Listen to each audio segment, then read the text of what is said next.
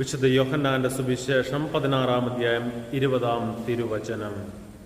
സത്യം സത്യമായി ഞാൻ നിങ്ങളോട് പറയുന്നു, നിങ്ങൾ കരയുകയും വിലപിക്കുകയും ചെയ്യും, എന്നാൽ ലോകം സന്തോഷിക്കും.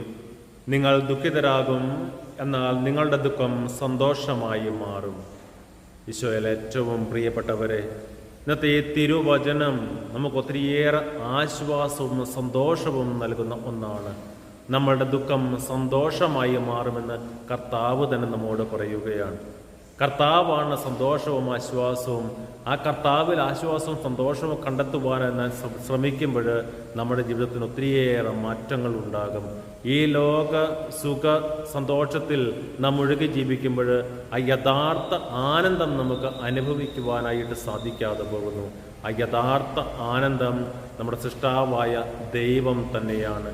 ദൈവത്തെ അറിഞ്ഞുകൊണ്ട്, രുചിച്ചറിഞ്ഞുകൊണ്ട് ആ ദൈവത്തിൽ ആനന്ദിക്കുവാൻ നമ്മെ സഹായിക്കണമേ എന്ന് നമുക്ക് പ്രാർത്ഥിക്കാം.